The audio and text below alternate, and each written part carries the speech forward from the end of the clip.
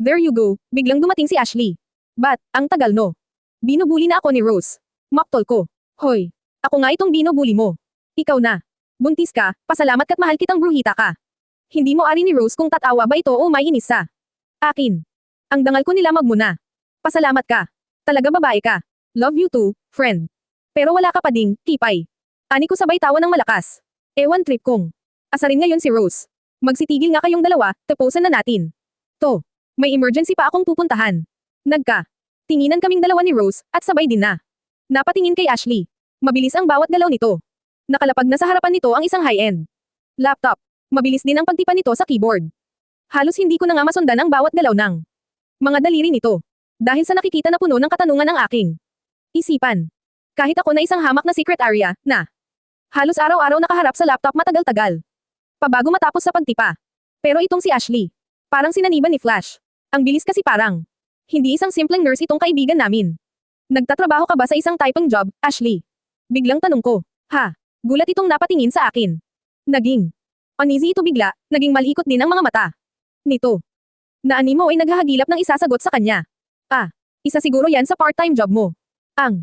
Galing mo naman girl, kasi para kang nag-transform. Pagkaharap mo sa laptop. Amazing. Namamangha. Nang saad ko.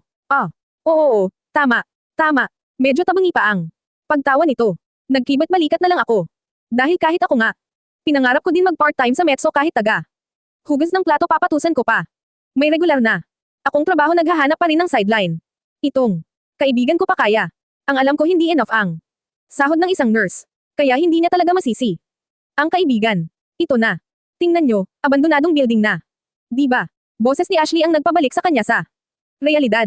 Patanjin nga. Si Rose dumukwang pa ito harap ng laptop ni Ashley. Ay, oo nga. Komento pa ni Rose. Napatango-tango pa ito. Ako, naman patanjin nga, wika ko. Tumayo ako. Mula sa kinauupuan. Nasa isang round metal table. Kasi kami, at nakaupo si Ashley sa upuan katapat ng sa akin. Kung kaya't kinakailangan ko pang mas lumapit lalo sa kaibigan para makita ang sinasabi nito. Nang makalapit dumukwang din ako sa laptop. Hindi ko maiwasan ang mamangha at magulat. Totoo nga, isang abandonadong building nga ang nakikita niya sa screen ng laptop ni Ashley. At ito ang building na makikita sa picture na pinadala sa akin. Kung saan makikitang nag-shock-shockan si Jonathan at Aurelia. Malayang malayo ang itsura ng building sa picture, na wala na yung kulay berdeng halaman na nakapalibot sa building, naging tuyot at patay na ang lahat. May bahagi rin ng building ang nasira. Kung gone old picture nga yung pinapadala sa akin. Tama si Ashley. Para ano? Para saan yung mga picture? Sino papadala? Naguguluhan na isipan ko. Anong rason ng kung sino man para guluhin isipan at buhay ko? Bumibilis ang pagtibok ng aking puso, hindi ko maiwasan ang mapakagatlabi. Oy, ano yan? Napalinigan kami kay Daniela. Hindi ko man lang napansin na nakalapit na ito sa akin, habang kalong-kalong ang tulog na si Sunny. Ganoon ba kalalim iniisip ko? Napailing ako ng wala. Sa oras. Kalma ka lang muna self-alalahanin mo si baby. Bulong ko sa sarili. Oh. Eso Resto Bar yan Bulalas ni Daniela. Nagtatakang napatingin ako kay Daniela. Eso Resto Bar. Iyang tinitingnan nyo, sikat na Spanish resto. Yan dati. Right Ash. Favorite resto bar mo yan dati. Diba? Nasa college pa tayo, sagot ni Daniela. Dahil sa sinabi nito napansin kong naging uneasy. Ulit si Ashley. Oo, nauutol na sagot nito. Ano ka ba, Ashley? Natatae ka ba? May banyo. Doon sa dulo. Ilabas mo yan friend masamaang. Magpigil. Nakakahilo ang amoy pag pumutok. Natatawang wika ni Rose. Hoy, ikaw ha. Si Ashley talaga binanatan mo. Sita ko kay Rose. Naumani lang ng isang tawa mula sa kaibigan. But, seriously are you okay, Ash? Aalalang tanong ko. Yes, I'm just fine, sagot nito sabay tayo at niligpit na ang daladalang gamit. I have to go. Guys, may emergency pa kasi akong pupuntahan. Mauna na ako sa inyo, love you all. May halong mamadaling saad nito. Kaya hindi na lang siya nakipag-argumento pa, isa-isa silang hinalikan ni Ashley. Bago ito umalis. Okay lang kaya siya? Nag-aalalang bulong ko. Habang nakatingin sa papalayong figure ni Ashley. Baka siguro. Malihim kasi si Ash, kaya hindi natin alam if okay lang ba siya o hindi. Ani ni Rose. Hindi naman siya ganyan dati. Noong nag-aaral pa. Kami, I don't know what really happened to Ash. Si Daniela. Sabay-sabay pa kaming napabuntong hininga. Kung hindi pa gumalaw si Sunny, baka nakatulala pa rin ako ngayon. Nag-aalala talaga ako para sa kaibigan. So, ba't kayo nakatingin sa picture ng building? Kanina. Tanong bigla ni Daniela. Hindi na ako Sagot pa dahil sa dramatic entrance ni Rose. Hinayaan ko na lang na ito ang magkwento sa kaibigan. Totoo. Gulat na gulat si Daniela. Well, hindi ko rin naman masisi ang kaibigan. Sino kaya ang nasa likod nito? Kapag Kwan ay seryosong tanong nito. Hindi ko alam. Ewan, kahit ako ay naguguluhan na din sa mga nangyayari. Kung gustong angkinan ulit ni Aurelia si Jonathan. Halago. Wag, naman. Sanang ganito, nakakatakot lang isipin kung ano pa ang kayang gawin ng taong ito sa akin. Sa amin ni Baby, may halong pag-aalala sa boses ko. Okay lang. Sana kung saktan lang nila ako, kaya kong tanggapin. Iyon. Huwag naman sanang dumating pa sa puntong ay nadamay nila pati anak ko. Ibang usapan na yon. Baka makakapatay ako nang wala sa oras. Sa tingin mo, kagagawan kaya ito ni Aurelia? Tanong ni Rose. I don't know. She looked like an angel came down for her earthly duty. Alam mo yun. Sobrang amo ng mukha niya, sobrang bait niya din naman kasi. Kahit naiinis ako doon, hindi ko pa rin magawang magalit nang tuluyan. Kontrabida lang pangalan ko, pero hindi pagkatao ko. Mahabang sagot ko. Naumani ng isang malutong na palakpak mula kay Rose. Pak. Friend, lakas natin nakamiss you, ngayon ah. Anong nakin? Rose laughed mockingly at her. She can't help to roll her eyeballs. Kidding aside, friend. Ang mga demonyo ay bumabaarn sa lupa at nagkatawang tao nagbabalat kayo bilang isang mababait na nilalang. Kaya nga may mga metaphor na looks can be deceiving, kaya't ingat-ingat tayo sa mga iniidolo natin. Baka may nakatago pa lang. Sungay. Rose said it, habang nakataas ang isang kilay at ang gilid ng labi nito. Kahit si Daniela ay sinang-ayonan din ang sinabi ni Rose. Napailing ako sa sinabi ng kaibigan, pero hindi ko pa rin sinasara ang isipan. Dahil may malaking posibilidad na tama rin ang sinasabi ni Rose. I don't know. Isa lang din naman ang alam ko. May gusto si Jonathan sa akin, lakas nga itong makauwi like you. First, tapos ending may Aurelia na panggulo. Ano? Yun. Required ba na lahat ng nag-iibigan kailangan may conflict muna sa relasyon bago ang happy ending? Hindi ba pwedeng happy lang? Pwede. Naman yun di ba? Gusto ko nang sabihin kay Jonathan ang salitang uy like you too, pero hindi pa pwede. Sumasakit ulo ko pati puso ko. Hindi ko mapigilan. Ang maampes ang mesa sabay yak-yak doon. Parang gusto kong itulog na lang ito lahat, at umasang pag kagising ay biglang maglaho ito na parang bula. Dahil sa nilikhang ingay, nagulat si Sunny. Nakalimutan kong may batang natutulog pala. Humingi ako ng paumanhin kay Daniela. Ito kasi ang kawawa pag hindi nakatulog ng maayos si Sunny. She mouthed sorry. Hala, si Sunny na maganda, mabait pa. Cute. Baby girl namin yan, gimingo ko nimo, saad ko. Habang nilalaro ang bata. Ha? Gimingo what? Naguguluhan na tanong ni Daniela. Lange mo naman nakikita si Sunny eh. Remember we are neighbors now. Ikaw ang bisaya sa ating dalawa, pero hindi mo alam kung paano bumati ng magandang hapon. Kastigo ko sa kaibigan. Hapon na kasi kaya dapat lang na bumati ako. Teka, wala namang mali sa sinabi ko ah. May mali. Ba? Biglang tumawa ng malakas si Daniela at ang malupet sa lahat sinabayan pa ito ni Rose. Yung tawa nilang dalawa, tipong hindi na makahinga. Binigyan ko ng mahinang hampas sa balikat si Daniela. Tumigil nga kayo. Wala namang nakakatawa sa sinabi ko ah, maktol ko sa mga kaibigan. Ikaw ang nakakatawa. Saan mo ba nakuha? Yan. Natatawa pa rin na saad ni Rose. Kay Jonathan. Inosenteng sagot ko. Biglang natigil ang dalawa sa pagtawa. Ha? Kailan? Saad ni Daniela. May halong excitement at hindi maitagong kilig sa boses nito. My forehead knot. Matagal na mag-iisang buwan na yata. If I remember it correctly, ang sabi niya. Gihigog mata ka, is magandang umaga tapos. Gimingo ko nimo, is magandang hapon. Simpleng sagot ko. Napatalon ako sa gulat ng biglang tumili ng pagka. Lakas-lakas si Rose. Pivita. Paano magpidyo ng kilig? Yawa Kazay. Ikaw na talaga. Ikaw na ang reyna ng mga babaeng nakadali ng teteng may gold. Kinikilig na saad ni Rose. Congratulations, Brit. Bigla akong nagtaka nang biglang umiyak si Daniela. I'm so happy for you. Naiiyak na saad nito. I looked at my two friends. Ang isang parang di maihi sa sobrang kilig. Ang isa naman ay naiiyak sa sobrang tuwa. Ako ang buntis. Pero kayo ang hindi ko maintindihan. Ano ba pinagsasabi nyo? Gulong. Gulo na isipan ko ngayon dumagdag pa kayo. Gimingo ko nimo, ay hindi magandang hapon. Kundi na mas kita I miss you, biglang lumagabog puso ko. Biglang din parang may bamara sa lalamunan ko. Gihigog mata ka, ay hindi magandang umaga. Kundi mahal kita, we love you. Ngayon alam mo na. I'm so happy for you, Brit. Finally, masayang saad ni Daniela. Hindi ako makagalaw sa sinabi ni Daniela. Parang tumigil sa pagtibok puso ko. Parang may umalog sa buong mundo ko. May yumanig sa buong pagkatao ko, at isa lang ang tumatakbo sa isipan ko. Ngayon, he loves me. That's why he said that he confess. First, mahal ako ni boss. Tang na juice. Paano magpidyo ng kilig? Tawagan ko na lang kaya. Pero, nakakahiya anong. Sasabihin ko. Hello, boss gihigog mapadta ka. Ganoon. Arg, para akong isang malanding nilalang. Nahayok sa salitang mahal kita. Oh God, anong? Gagawin ko. Hindi niya maiwasang mapakagatlabi. Kanina pa ako pabalik-balik, habang nag-isip. Kung ano ba ang gagawin.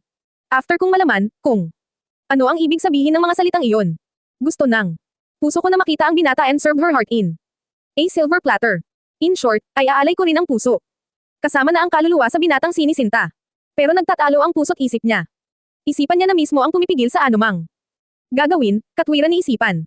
Kailangan niyang handaan kung ano ba ang sasabihin sa lalaki. Syempre kunting pakipot, well do. Ano ba? Isa. Tayong dalagang Pilipina. G4 G4. Sino ba itong miss na miss ang halikat? Yakap ni Jonathan. Sino ba ang laging nagwiwet? Dreams dito. Sigaw ng isang bahagi ng kanyang isipan. Nasinang-ayunan naman ng kanyang puso. Oo na. Ako na, pero kasi hindi ko alam anong. Sasabihin ko, mahina kong Anaz. Napakagatlabi. Na lamang ako.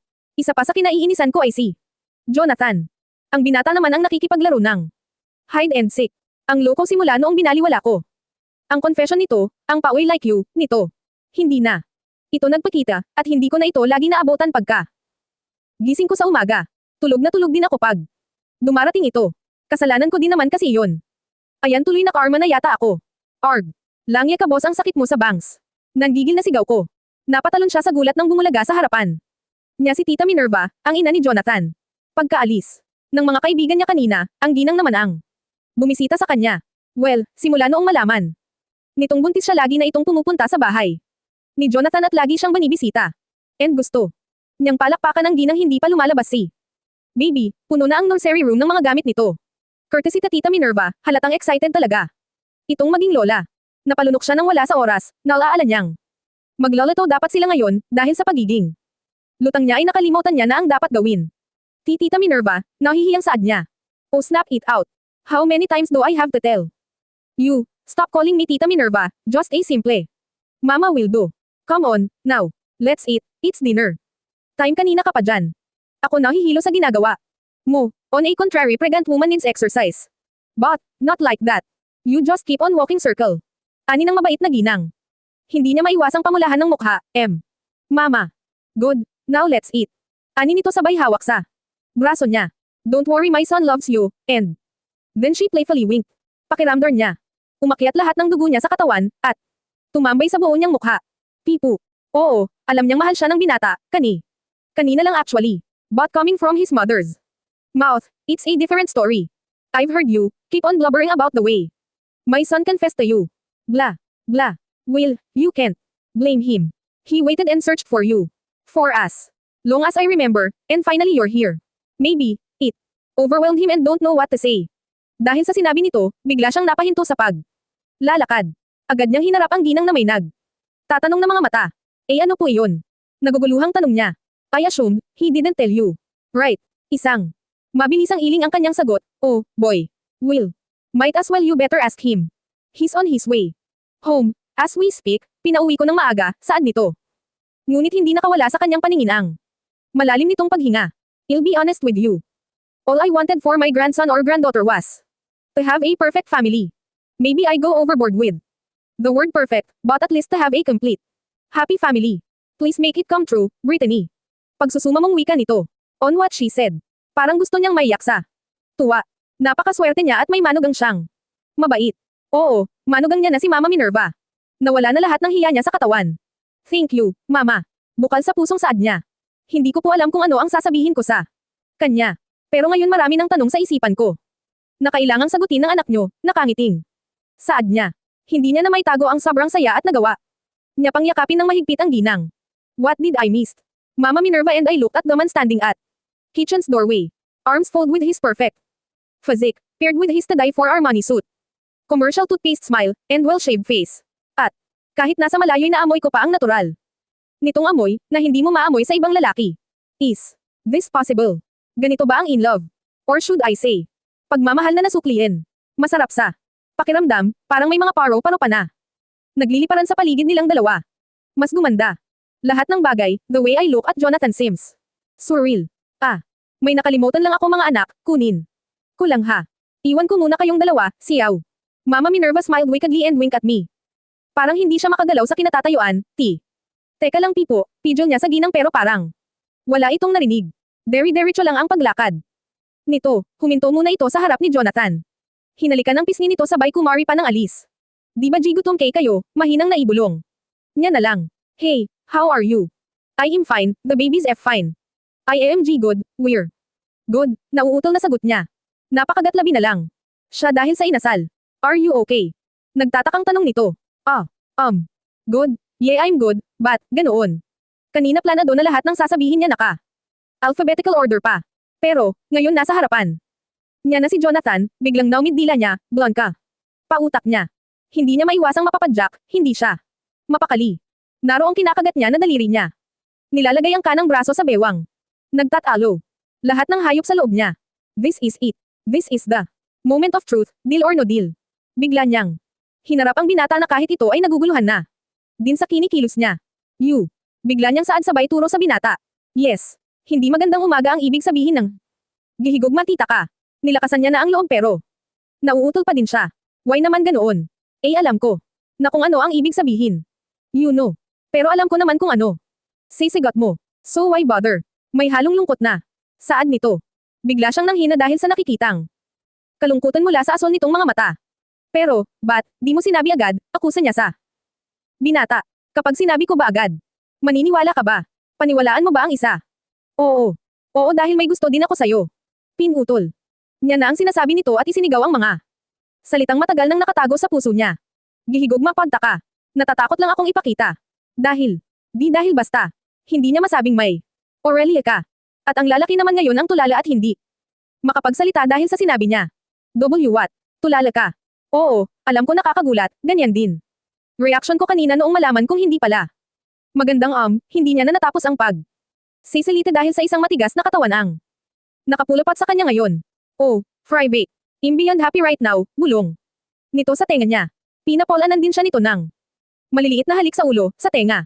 Halata nga, natatawang saad niya. Nagtaka siya nang biglang umalog ang balikat nito. Umiiyak ka. Pilit siyang kumakawala sa yakap nito. Pero dahil sa higpit ng yakap nito nahihirapan siyang makawala. And no. I'm just happy, he said while hugging me. Gently as if I was a porcelain ingat na ingat itong mabasag ang isang kagaya niya. She never felt this warmest, gentlest, sweetest hug before. And it feels wonderful. Nararamdaman din niya ang masuyo nitong haplos sa buhok niya pababa sa likod niya. And then slowly, ever slowly, their bodies started sway into unlovely music. Musika na nagmamula sa ritmo ng kanilang mga puso. Pusong iisa lang ang tinitibok. Makalipas ang ilang minuto nagkahiwalay din silang dalawa. Parang may humaplos sa kanyang puso nang makitang medyo teary-eyed si Jonathan. Masuyo niyang pinunasan ang kunting butil ng luha sa mga mata nito. Hindi ko alam na kaya ka palang paiyakan ng salitang gihigumata ka, natatawang saad niya pero deep inside hindi kayang ipaliwanag ng kalhit. Anumang adjectives ang nararamdaman niya ngayon. In short, no languages could describe how happy she is right now. Finally, kasing kulay na ng rainbow buhay pag ibig niya. If it came from you, you'll be surprised if I cried. River. Thank you, sunshine. Punong-puno ng mamahal na saad nito, always and forever, ikaw. Lang higugmaon ko. Nanlalaki ang butas ng ilong niya pinandilatan niya ito ng mga mata, dahil sa Bisayang salita na sinabi nito. Okay na sana kinikilig na sana siya may pahabol na naman itong salita. Paki-translate. Yung maayos ha. Natatawa nitong pinisil ang ilong niya, sabay nakaw ng halik. Silly, ang sabi ko ikaw lang ang mamahalin ko magpahanggang kailan. Tumangkad. Man si Mahal at si Dagol ikaw at ikaw lang mamahalin ko. Ang haba naman pala. Inosenteng sagot niya. Pero gusto ko, and she seductively bite her lips and wink at Jonathan. Natatawang inilapit nito ang mukha sa kanya. Hindi masyadong obvious na mismo ako. Ang sarap. Palang magpamis sa'yo, you look privet skin.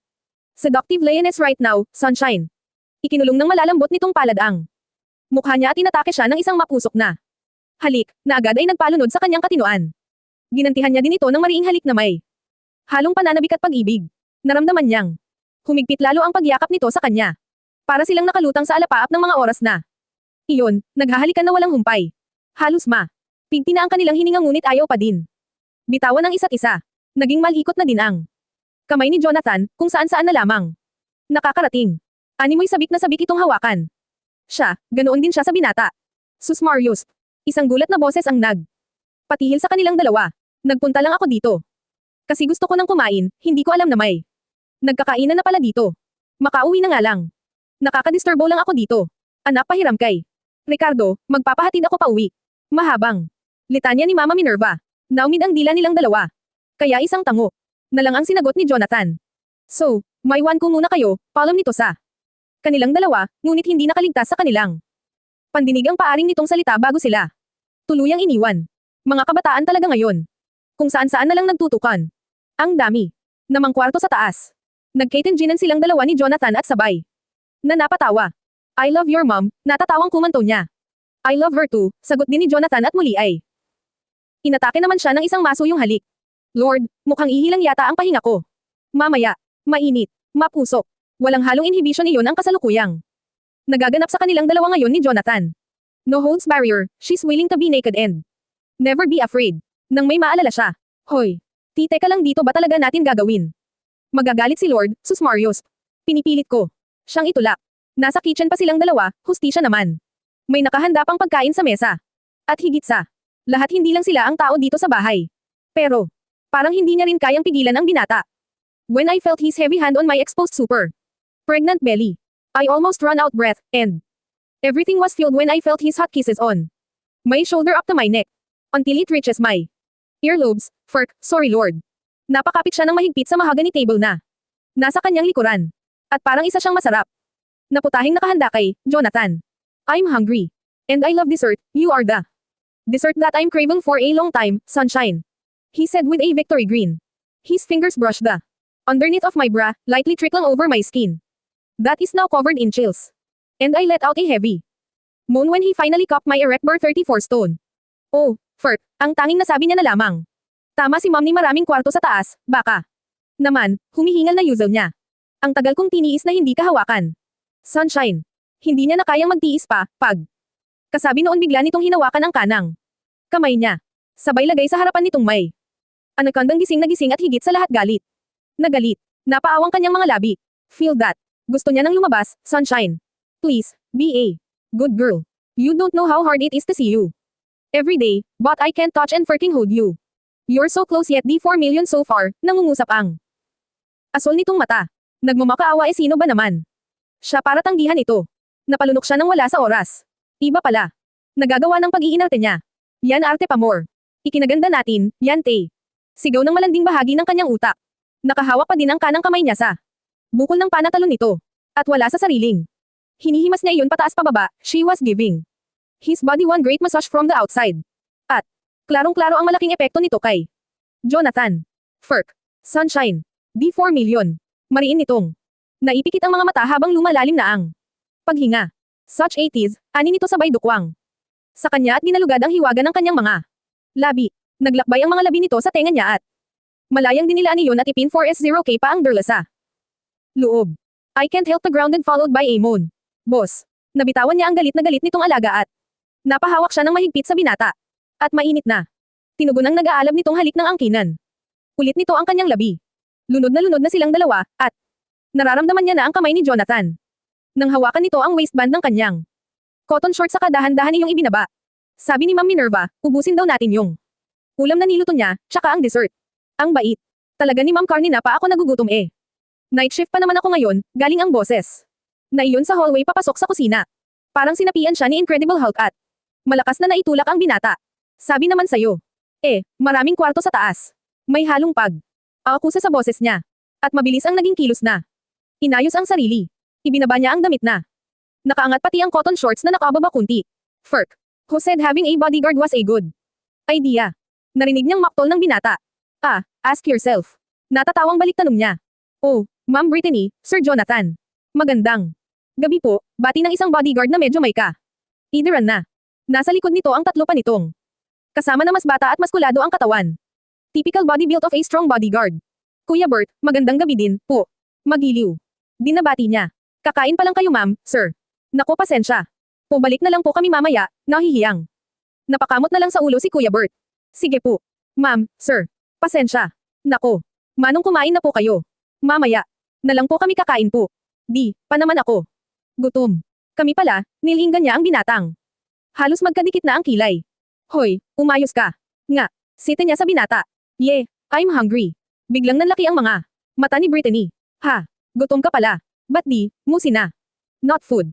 I'm hungry for something else. Makahulugang saan nito.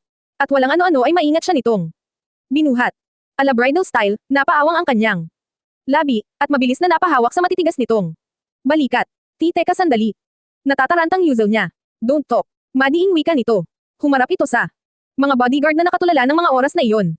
Clean everything after you eat, iyon lang ang sinabi nito, sabay talikod habang karga-karga siya. Mga disturbo, mahinang bulong ni Jonathan. Siya lang ang nakaririnig yun. Mahina niya itong hinaampon sa balikat. Ito. Naman, sabi naman sa'yo maraming kwarto sa 2 beses na tayong nabibitin ha. Bawal. Akong mabitin sinasabi ko sa'yo, pagbabanta niya. Malakas ang loob niyang pagbantaan ito.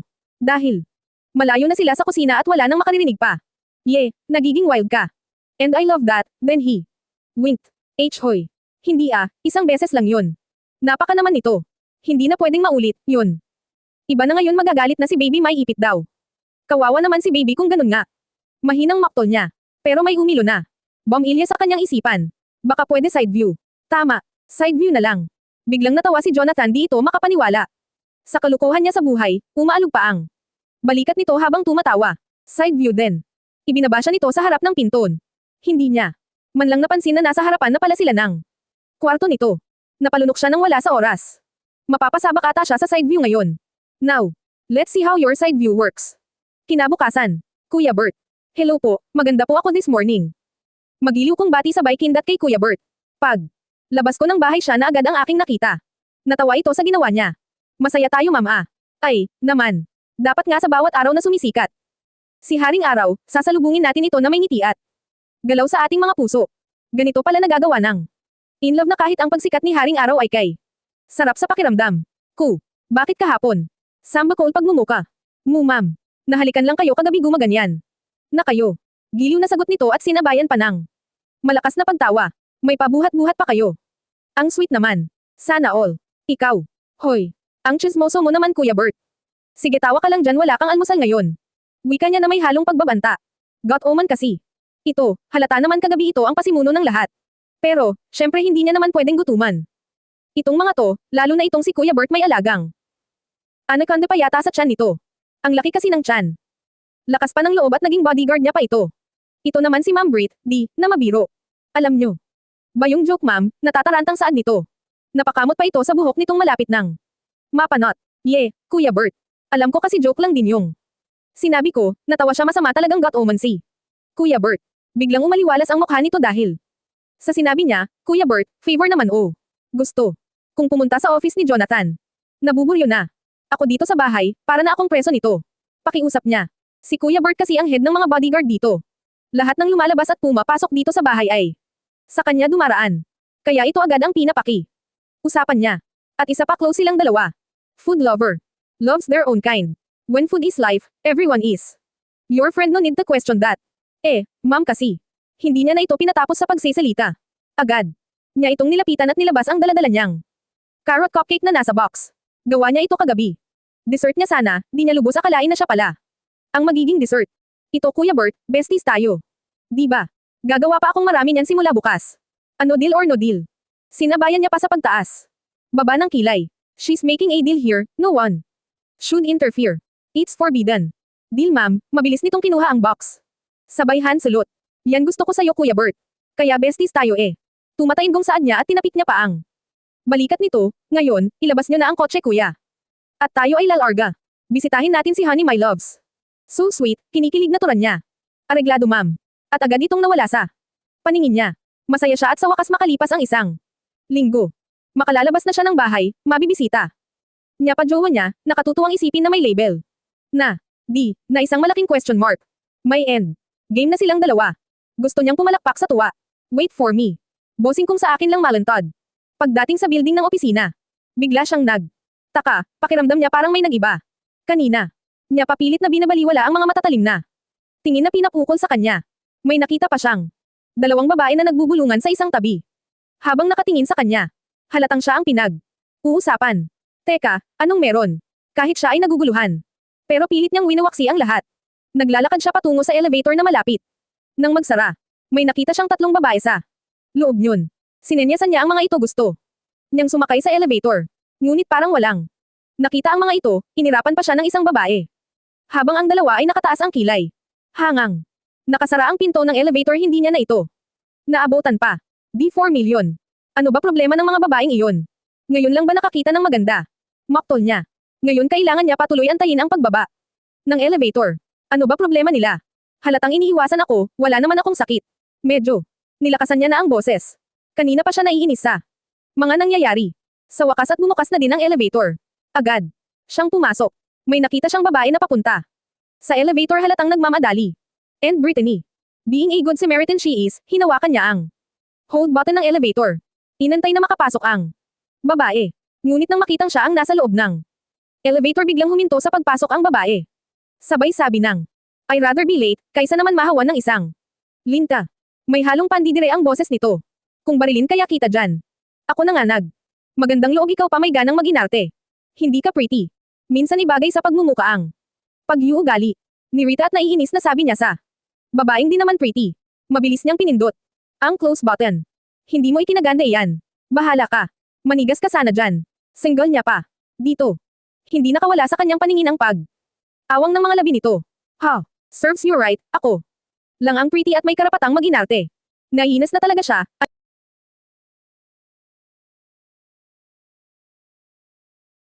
ano ba ginawa niya? Wala. Naman makapagsalita ang babaeng iyon. Sino ba sila para tratuhin ako ng ganito? Pinapalaman ba nila ako? Isang malaking hindi, kaya tigil-tigilan nila ako. Mga damuho sila. Naiinis siya, kumukulo ulo niya. Nagagalit na rin siya. Pero, kailangan niyang pakalmayan ang sarili. Ito ang unang araw ng pagiging official jowang pretty niya kay Jonathan. Kaya she needs to breath. She needs to relax. She needs to be pretty, ma-justify niya man lang ang titulong pretty na jowable pa. Kaya iyon ang ginagawa niya, she's doing a breathing technique, and visualize Jonathan's sexy body. And it works like magic. Nawala lahat ng inis niya sa katawan, napalitan ng isang pilyang ngiti. Buti na lang talaga at meron na kaming level ni boss. Mas madaling nang pagpantasyahan ang katawan nitong Yummy, masayang usual niya. Bumalik na ang masaya niyang mood. Kaya nang bumukas na ang pintuan ng elevator, agad siyang lumabas na may nakaplaster na magandang ngiti sa mga labi. Agad niyang tinahak ang opisina ni Jonathan. Nagtaka siya bakit wala si Edith sa labas ng opisina ni Jonathan. Ito kasi ang substitute secretary ni boss.